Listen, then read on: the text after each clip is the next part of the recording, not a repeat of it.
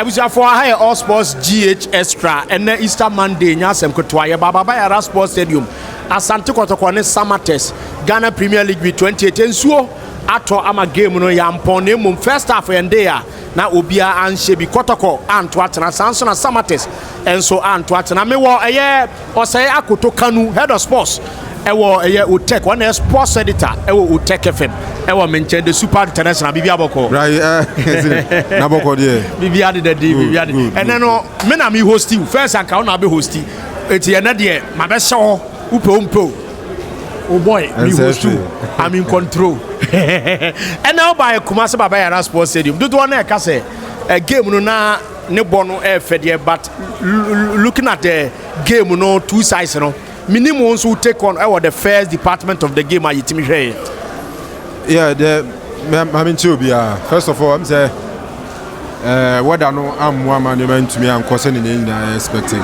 the free fee ban him say Baba enjoy 90 minutes but unfortunately so Baba you see one thing is I was saying penny for shots here three Madrid call time almost 30 for kickoff me I've always been an advocate say yemo games na do especially where conditions na boa no matter say floodlights in this and man na say bi wo ho no mu a na ka ne papa mu a was saying ka games in the born na do because obviously and better weather conditions are change daytime na we na ejina so but say you do season nsuo no etopa you get it nsuo no topa so I was say you making use of technology near to me who say this particular time no nsuo beto and nsuo nto I mean so check it weather apps ni be on mo mutimi ma somehow accurate but we are predicting because we by 3 o'clock na we na no den the bank e born train na nka ya bawi ke yen chance yen sanso nwini e cha no pa bia because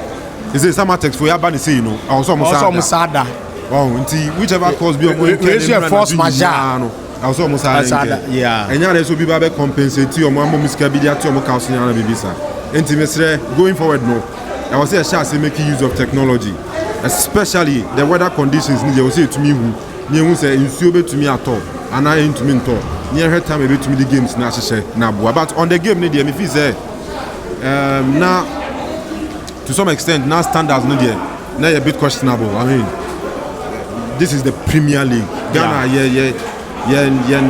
yen topmost competition in year sure so recently na Samartex league in Ibi and for Kotoko if not the biggest one of the top two biggest clubs ever Ghana has seen the most successful club when it comes to the league fantastic so say a banning league now I mean these are two top clubs now can be expected say omama a certain standard bia nanka e was look at befiti omienu status but personally I'm disappointed with the play because I wish Kotoko now who be go ni be free back say be free right say be free left say be free center say be free corner kick say be free kick e be deflected shot and be there na he na go ni be free back ball na me ped here na because omun to be create chances no oh when you dey say omun to me dictate pace control game no I mean I am more like 50-50 and standard no never form you pa you see when most times from Africa now no man samba because we share the standard of play our man for league in countries be 15-20 years ago omo football no omo men kakra kra no to say league standard enu omo de no okay example Tanzania example even Rwanda mo ne to some extent Kenya mo Zimbabwe Ethiopia Zambia mo Ethiopia mo 20 years back Premier League or Africa say won't me more than 2 years yeah but clearly we show more league no now we share there now compare quality to be honest with you form but form and in a game there to be honest with you na standard no I wasn't so impressed now we share game na say Samartex for no mum bombardé o hwe Kotoko area ho na no mum dey ko do na e ka say bi kura enso no na age Kotoko because looking at the game itself no na say Samartex for no mum no inside da Kotoko so one sa for no ya adwene yeah honestly I would say we share game ni Samartex to me create be 2-3 clear chances be baako na Aziz eyi man ball crossbar na corner no and then to me the 1 or 2 balls we by 8 box no Kotoko dealing with them very well but I mean generally and yet the Samartex team G League no be anyway. Yeah. I mean, who's a quality no differences kakra e so what you say. So and yet game bia na who bia from two sides ni na. Me personally, like I just said, no. Now me impressed with Omio standards. Never from money, to be honest with you. So far, nsuo na to. Echina omo si anopa. O expected there say echina no. Enema betima koye di ama team ben nyame admo echina. O say nsuo to sa na game near rain off na dynamics ni sisa kakra. Yeah. Obi o hono mo a first half you nya knock bi. What you say? Positively betimi na time recover.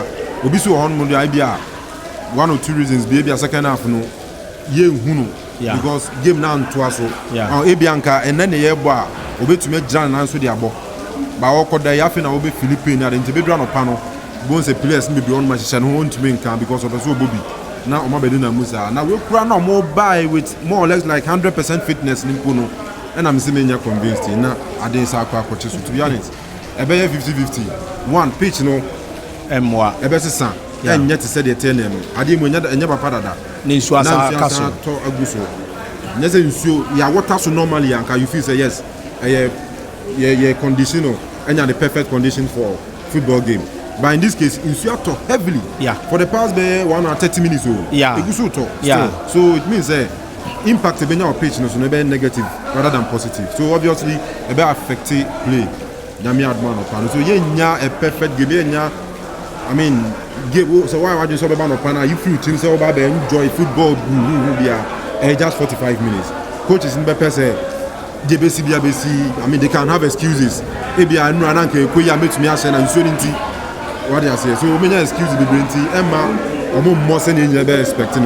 Today 50-50. Say win Beba, won't mean found sense soon. Go say because Samartex and now Santi Kotoko. But a bit me a baby. The most likely is a bit my draw. Osha Kotoko team na goalkeeper Aziz Osha year 2 and 3 na Patrick Kessie do Imano Kote Hamzata ene Samba na film so ibeje wo ho Abrante Prince Bedu wo ho ansana Pitami Duakwa one Abrante a the first baba ya so mfimfinu anim wo ye abetamo a Inus Adam o red team na Kotoko di ball first half na who say omo ye enough say omo betimi akọ omo anim nyame admo china na wo expect changes bi wo per de wo hwe ye no ba bi ana as a lapses kakra wo especially Kotoko team no sometimes enye change in personnel but e be a change in formation in rules coach dey more park ni so because o hwe almost starting game now Peter Amido akwa e the right side of attack and Inus our left side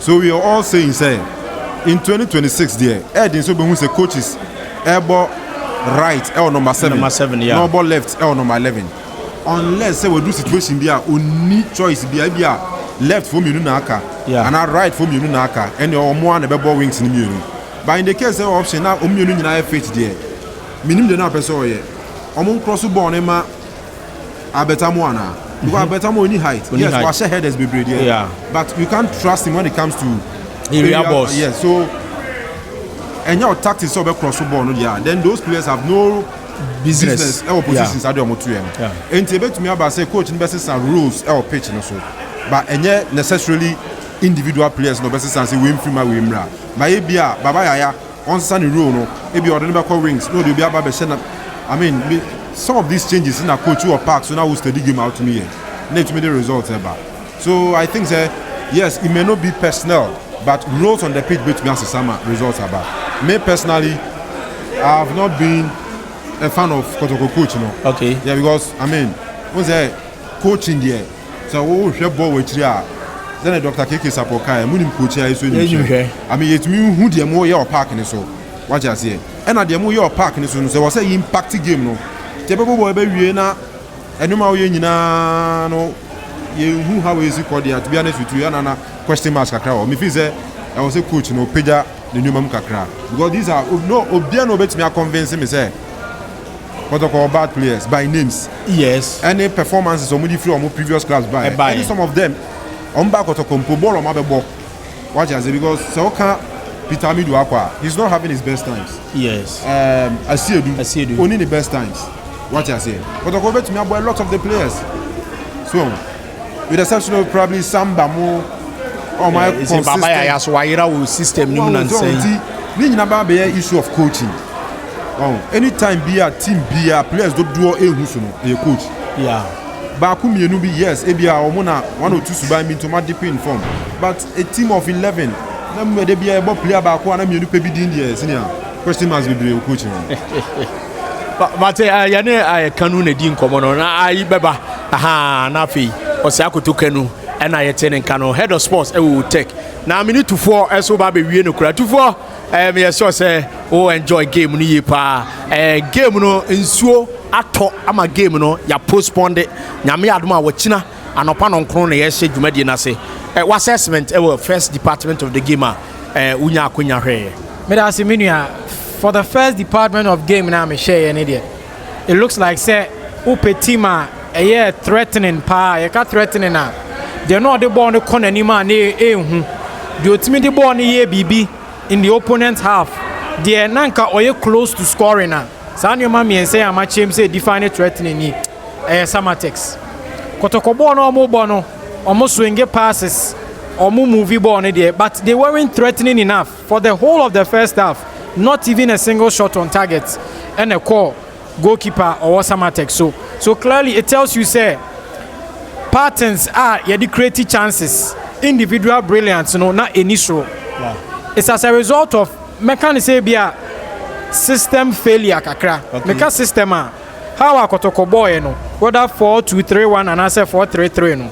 So Baba ya any Abrante Feni Hubejewu no munyina behind the baller. Ebe hardwing. One Baba ya a progressive ball or creative chances. He loves to be behind the ball. Hubejewu susu a progressive ball no. Now also baku jama ne yonkoye baku adwuma. Ni enyo obi obe arrive in the box later because Abetamu at the speed no ebe three defender akose. Pitami do akwa ebe cut wide or create 1v1 inusa so be so be 13. Sa bre yo mu nyina atwetwe no.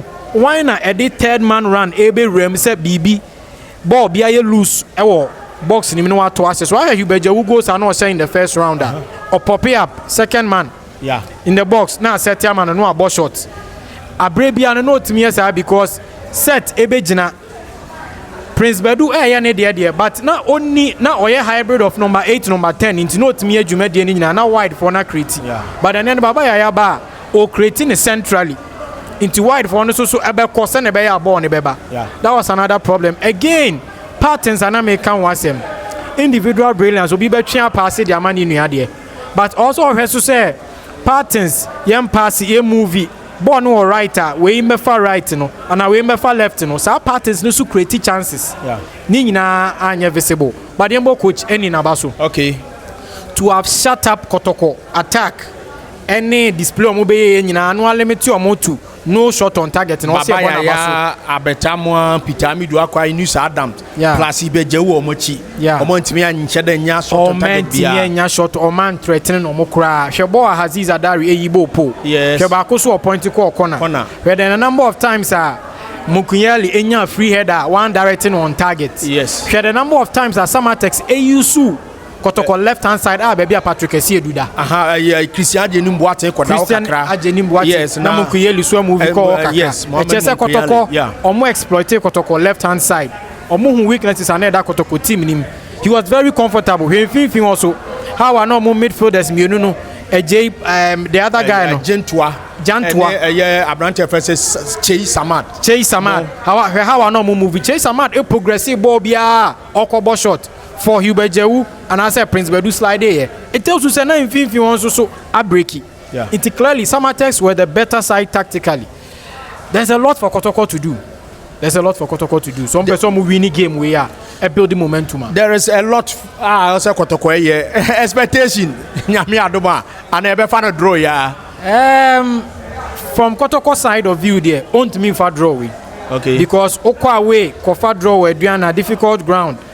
Only prayer, let me say a top 4 spotter. Okay. In a way, but Ube go home against Tima away the results and the performance here poor. You should pick up the pieces. When your Samartex last 2 seasons, yes, where your different Samartex are inconsistencies, injuries, lack of form, home invisibility, they are totally different side.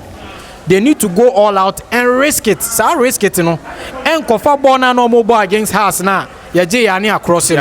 They need to find ways to create chances and lift up their performances. Other than that, Christopher is super bobo no bona. Yeah. What the your points? Because over here Kotoko dropping points for how many Vision FC, how many Brukum Chelsea, Nina no mo draw abra na we expect nearly Kayonga Apostle Sinya 1 point it was a late penalty. And na Kotoko nya yo mo de share share Kotoko home games na say dynamics no bibi kakra obitimi be fa draw wa ha obitimi nti eno wasam na ne ka no hwɛ ya at time na almost share team bit say Basake Holy Stars no na fair department of the game Basake so puti omo effort ni ade obaga Samartex one of the clubs in Libya obetimi yes ade no ade nya 1 point Kumase. Yes, obviously se ball no mo ball first half no.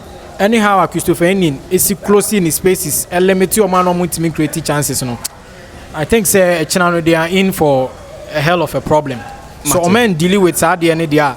Samartex bit my shock Kotoko. Okay, 2-4 any didn't come on. Aha, All Sport GH Extra. Asante Kotoko Samartex 1999 Football Club. 1996 Football Club. Equity first half. Neye 0-0 Kotoko and Shebi Samartex and Shebi Ghana Premier League Day 28 say nyame adoma wa kina no pa no nkron ene mpanifo se ebesaba ne abeto aso isanse ensuo na to Kumase Baba Yara Sports Stadium no egu form no enya de say etimi twe ema game no betima to aso referees in the ball no bo ho a two captains ni hwebi na bounce enti esa na o se de ball no koto na nyame adoma kina ye ba beto aso say football association en kane a kaje se no me ensa na abiem ebu akwa ye minutes nugu ni abebo we de nyame adoma ye bebo next 45 minutes ato aso te osa kotokanu enka sanso na wati to 4 eso kamedi e the bright ebo atela nyame adoma ye be se hye okina ye wa ha ne adi dwumade nu nya enso abremo yakra mu nyina